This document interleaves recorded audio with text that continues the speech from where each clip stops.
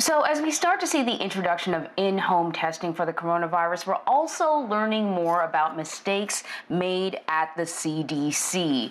According to a new report by the Washington Post, there were issues with cross-contamination. So we're going to speak to the reporter who looked into this. His name is David Willman.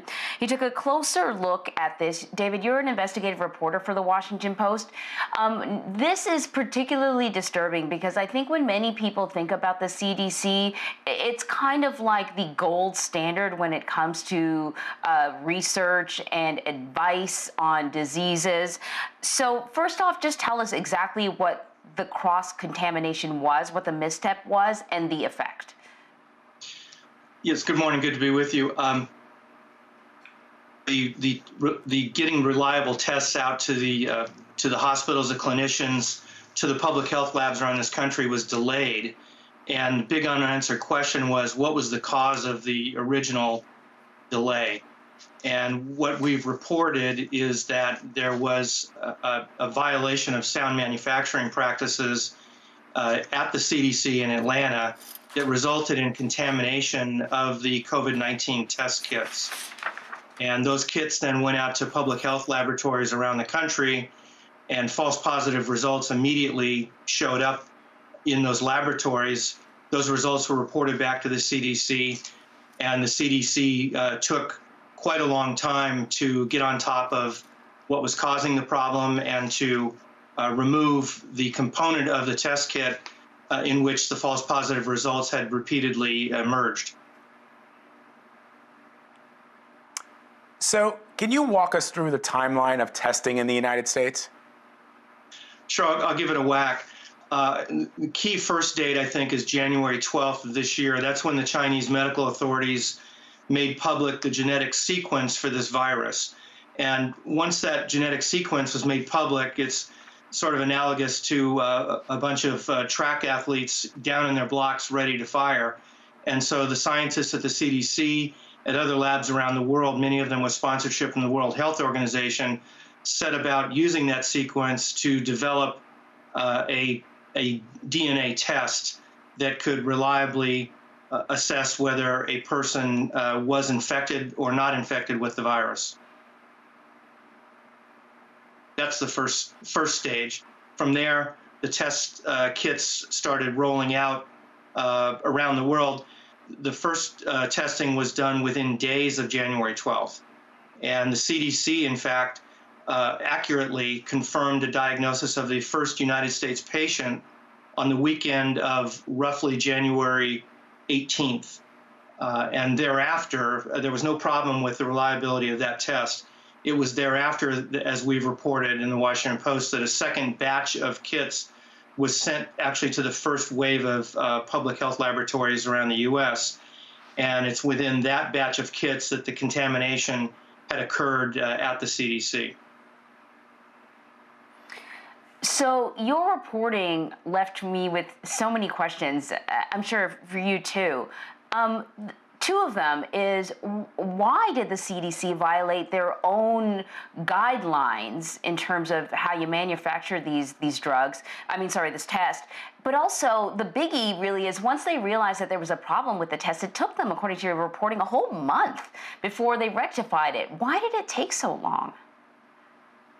Those are excellent questions, Anne-Marie, and we don't yet have, I think, complete answers, anything close to complete answers to those things. Obviously, I think we have to assume that the CDC is not deliberately making mistakes or deliberately introducing contamination. These are highly sensitive processes in which, if everything isn't done exactly according to protocol, you can have a mistake. But as we all know, this saga of unreliable tests went on for weeks and weeks, and sort of the soundbite from the CDC in real time was, well, some of the state labs are having difficulties. They're having, quote unquote, inconclusive results. We're doing everything we can to help them straighten out the problems. The fact that it went on for weeks and weeks while this virus took a hold in this country those are questions that are going to be pursued, I'm sure, for many months to come. You know, David, I hear the president when he steps up to that podium every day to do those what are sort of becoming political rallies now, talking about the millions and millions and millions of tests that are being done in the United States. But according to the Johns Hopkins Coronavirus Resource Center, there have been 4.1 million tests conducted in the U.S. so far since we began testing. The U.S. is still just testing a fraction of the total population of the 330 million plus Americans. So how clear is it that the delays hindered scalability of testing across the U.S.? Well, we know that the original delays inhibited the CDC and the public health authorities around the country ability to detect whether the virus was landing here in the United States and to what magnitude it was spreading through human-to-human contact. And that was huge from an original standpoint. But you're putting your finger on another aspect of the testing deficit, and that is the lack of what is called high-throughput testing capability. In other words, the CDC, even if there weren't problems, was not positioned technologically, nor were most of these public health labs, to conduct the volume of, let's say, per 24-hour cycle testing that you would ideally want. The commercial providers such as LabCorp, Quest, they have that capability. And I think we as a country were very slow in integrating reliable test kits with the high throughput capability. And the tail to that deficit is being felt to this day. David, you mentioned that the error resulted in false positives, but in reading your report, it seems that the component where the cross contamination occurred wouldn't necessarily. I guess there was false positives, but not false negatives, I presume. Has the CDC responded? Have they clarified? Have they explained? Have they confirmed your reporting?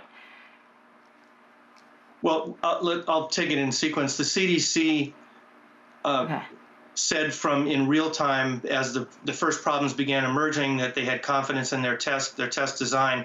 What distinguished the CDC's test from the test that the WHO is sponsoring is that the CDC test had three components, and two of the components were specifically and exclusively targeted toward the COVID-19 strain of the virus. The CDC's unique third component, which is called by many a pan-coronavirus component, looked for a larger variety of coronaviruses. And we're left to assume that the designers of the CDC test thought that that would be a prudent thing to do, perhaps to improve the specificity power of the CDC test. The unfortunate coincidence is that the contamination happened in that third component. That's where the false positives occurred. So the question was raised, I think, in real time, and certainly we haven't gotten an entirely satisfactory answer to that now. Why did it take the CDC so long to jettison that third component, which the CDC ultimately, as of early March, late February and early March, acknowledged wasn't necessary to reliably detect whether or not a person was infected with COVID-19. So we need answers to that question. And Anne-Marie, you'll have to perhaps refresh the rest of your question for me if you want. I actually think that you answered. Well, I wanted to know if the CDC responded directly to your reporting. Right. I've been in touch with the CDC, and they say that they are still seeking to come up with a lot of more explanations for what happened. And we're waiting to hear back for those additional answers. Their position has pretty consistently been that the CDC, they don't want to get into discussing a lot of what happened over the timeline until the U.S. Department of Health and Human Services investigation is completed. And we'll just have to wait and see how that process unfolds. Hey, David, really great reporting. Thank you so much for joining us. Thank you so much. So coming up, the lingering effects of COVID-19 after recovery, how the virus attacks the body and the damage it leaves behind. So stick with us. You're streaming CBSN.